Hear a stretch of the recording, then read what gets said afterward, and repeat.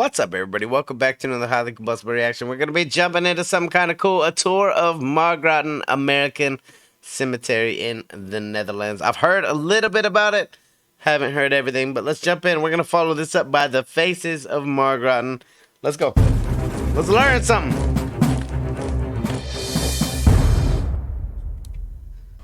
Hello and welcome to another Battlefield Explorer video. Today we are at the Margraten American Cemetery, and in this video we're going to talk about the story of the cemetery. It's a lot of stones. That's a lot of stones in a foreign country. A lot. There are 6 Medal of Honor recipients buried here, which we're going to look at their graves, and there's also General Rose. I will come back to him later. The story of Margraten first.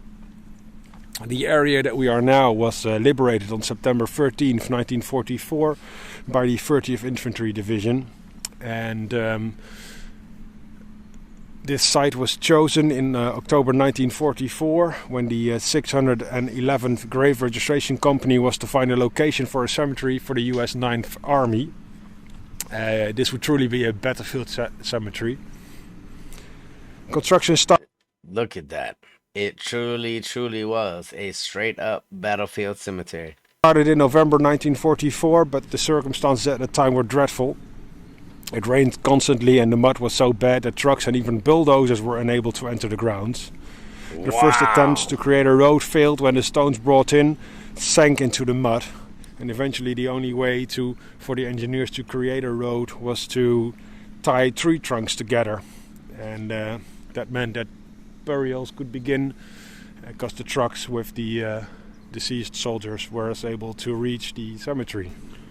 When the American forces entered Germany, the order was given that no soldiers were to be buried on enemy soil. And that meant that they all had to be brought, for instance, here to Margraten or to nearby Henri Chapelle American Cemetery. And the graves registration teams of the 9th Army immediately followed on the heels of the frontline troops to retrieve any soldier that was buried and then move them over here for burial. Which meant that every day new deceased soldiers were brought to the cemetery. Wow. And there were times, Battle of the Bulge, March, April 45, when so many new burials were brought here that the grave registration just could not cope at all, and the local people were asked to help out, and they did. That is amazing.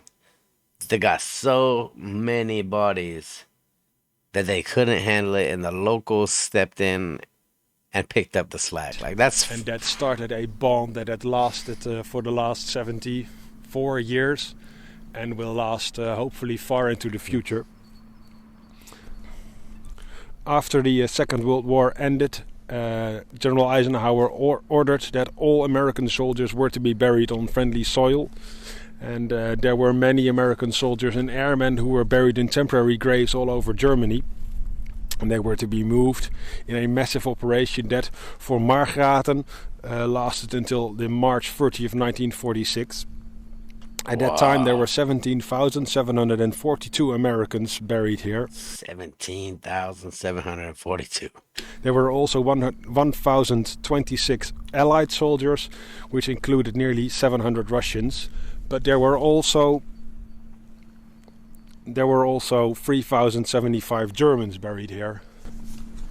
In 1947, the Secretary of State decided to select 10 permanent cemeteries. That included Margraten. All temporary cemeteries had to close.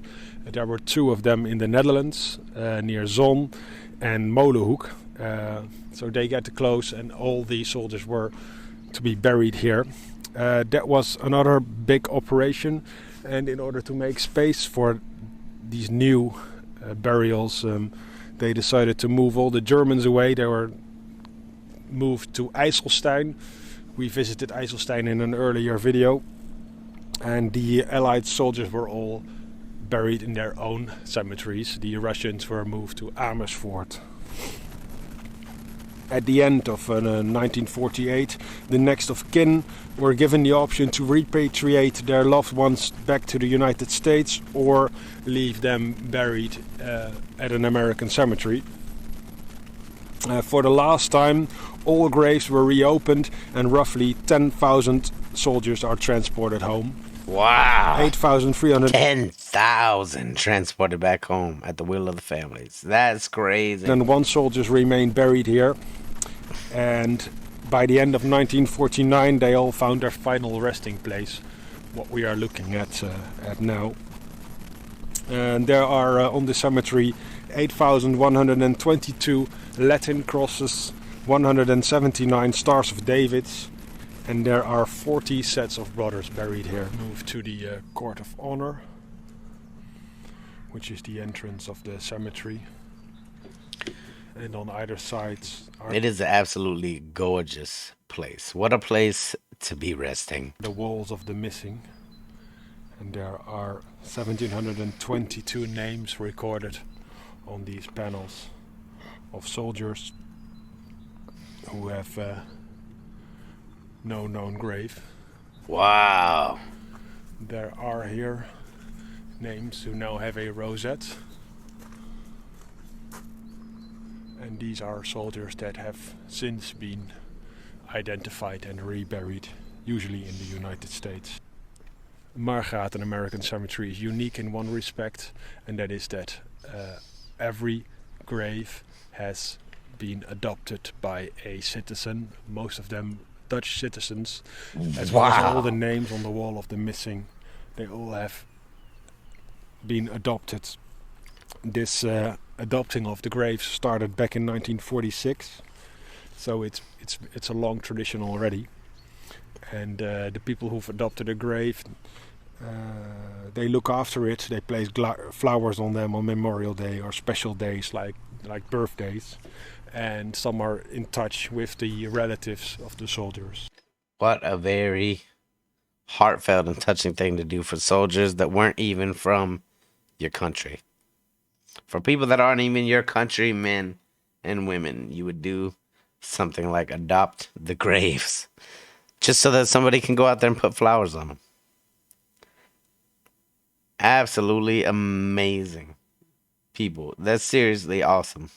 So it's beautiful. On the cemetery there are 6 soldiers buried who have been awarded the Medal of Honor. And walking up to the gravestone of Robert G. Cole, he was awarded the Medal of Honor for the bayonet charge in Margraten in Normandy. This is the gravestone of Maurice Rose, Major General, 3rd Armored Division. He is the highest ranking American killed by enemy fire during the Second World War in Europe. And Lieutenant General Leslie McNair was also killed in Normandy. He was killed by friendly fire. He was killed in Germany by the crew of a Tiger tank when he was driving around in his Jeep. This is the grave of Walter J. Will, 1st Lieutenant, 18th Infantry Regiment, 1st Division. He was awarded the Medal of Honor for silencing multiple enemy machine gun positions, as well as saving soldiers who were wounded, dragging them back to safety, even though he was wounded himself. And I will put up the full Medal of Honor citation so you can read that. The next grave, Medal of Honor, George Peterson, Staff Sergeant, also 18th Infantry Regiment, 1st Division, also on March 30th, 1945. He also knocked out multiple enemy machine gun positions and was killed. The next Medal of Honor recipient was George J. Peters, a private of the 507th Parachute Infantry Regiment. On March 24th, 1945, he was a part of Operation Varsity, and he was dropped on the east bank of the Rhine River, and he destroyed a German machine gun crew that was firing on him and his buddies as they were landing on the parachutes, and he was hit multiple times, but each and every time he got up, crawled on, and eventually he was able to throw a hand grenade into the machine gun emplacement, killing the crew. The 5th Medal of Honor recipient buried here was Willie F. James Jr., Private First Class, 413th Infantry Regiment, 104th Division. On April 7th, 1945, he was a lead scout, and he drew enemy fire, and he was pinned down for over an hour, and during that time he was able to identify these German positions that were firing on him, and when he got back, he organized an attack on those positions, during which he was killed while he was going to the aid of his fatally wounded platoon leader. The last grave we are visiting now here today, certainly not the least one, is Walter C. Wetzel, a private first class, 13th Infantry Regiment of the 8th Infantry Division. He was a acting squad leader of an anti-tank company who was guarding the command post, and when he detected a German attack, he ran into the house where the command post was, awoke everyone, and started to defend the position. Unfortunately, the Germans were so near that they were able to throw in grenades into the house, and he jumped on them, absorbing the blast, and he was killed in the process. Thank you very much for watching. I hope you enjoyed this video. If you did, please like and share. Any comments you have, post them below, and we'll see you in the next video. Thank you. Bye bye. There you go, ladies and gentlemen. A tour of Margraten Cemetery in the Netherlands. Like, seriously, what a touching thing that people who don't even know these people would go out of their way to adopt a grave. As someone who's seen a lot of men and women fly back home on their last flights, like, that's super touching to me. It's a comfort knowing that there's people out in the world like that. 100%. Every single one of these men and women under the stones deserve all of that respect. And I definitely, from me, I appreciate it. That's heartbreaking but beautiful at the same time. If you guys enjoyed it, definitely go show the original poster some love. I'm going to leave their stuff down there. We're going to jump into the Faces of Margraten Cemetery next. We're going to combine the two. All of the channel description, all of the channels that you need to support are going to be down inside the description. Be right back. Welcome back, everybody. We're going to jump right into the Faces of Margraten 2018. Let's learn a little bit about the people that are buried in a very beautiful and respected place.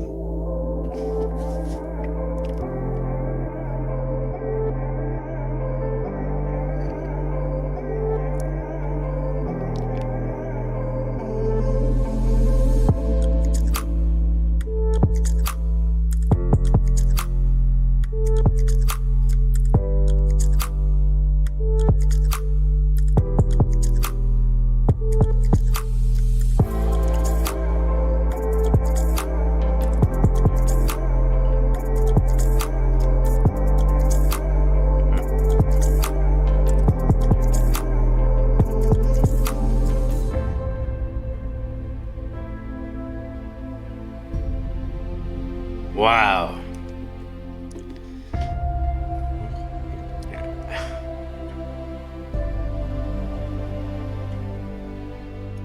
Faces tell us so much.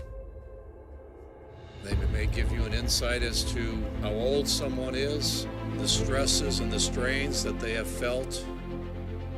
Someone with dreams, someone with hopes, an individual that expresses love and is loved by many. Faces tell us every person is special.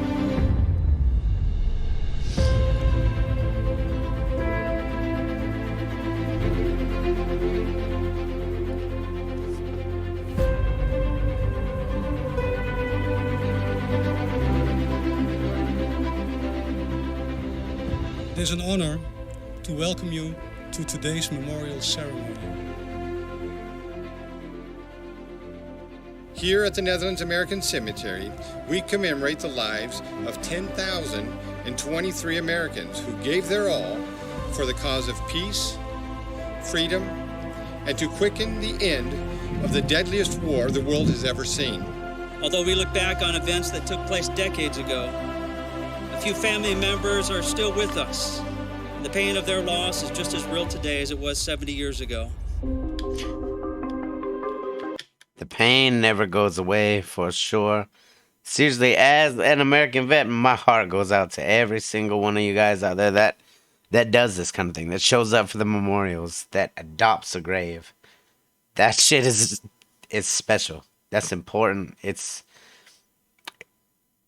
beautiful. I think that is beautiful that you would do it for somebody that you really don't even have a connection to.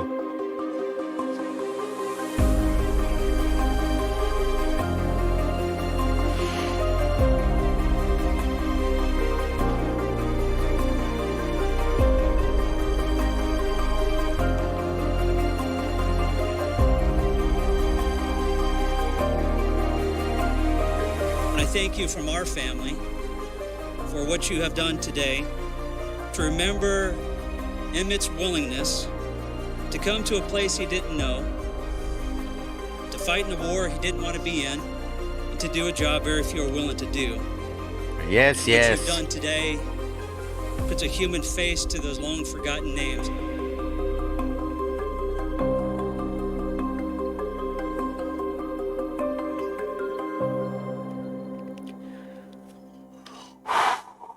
Wow.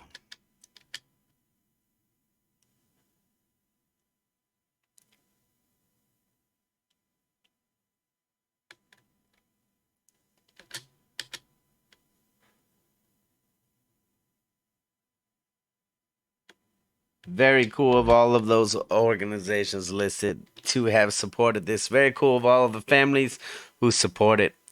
I know there's going to be some people out there that are like, this guy getting choked up over people he doesn't even know. I've spent a lot of time in Afghanistan. A lot of time, 7 years almost. And I watched a lot of people just like this take that last flight home. That last flight home that families don't really want to receive on the other end. I know that the pain doesn't go away. And so I know that as much as I respect the people that are doing this, the families of these people respect who are doing this. Whether they are now third or fourth generations away or not, I know that they respect it. I know that they've got love in their heart for anybody that's doing it 100%. You guys are heroes. If you guys enjoyed it, hit the like button. If you disliked it, hit the dislike button. Definitely go show both of the posters from our videos, the original posters, some love down inside the description. Check out one of my other videos up here. Subscribe right here if you want to see more content, possibly your content. Until the next one, I'm highly combustible. You guys be happy, healthy, safe. I love you to the moon and back. Peace.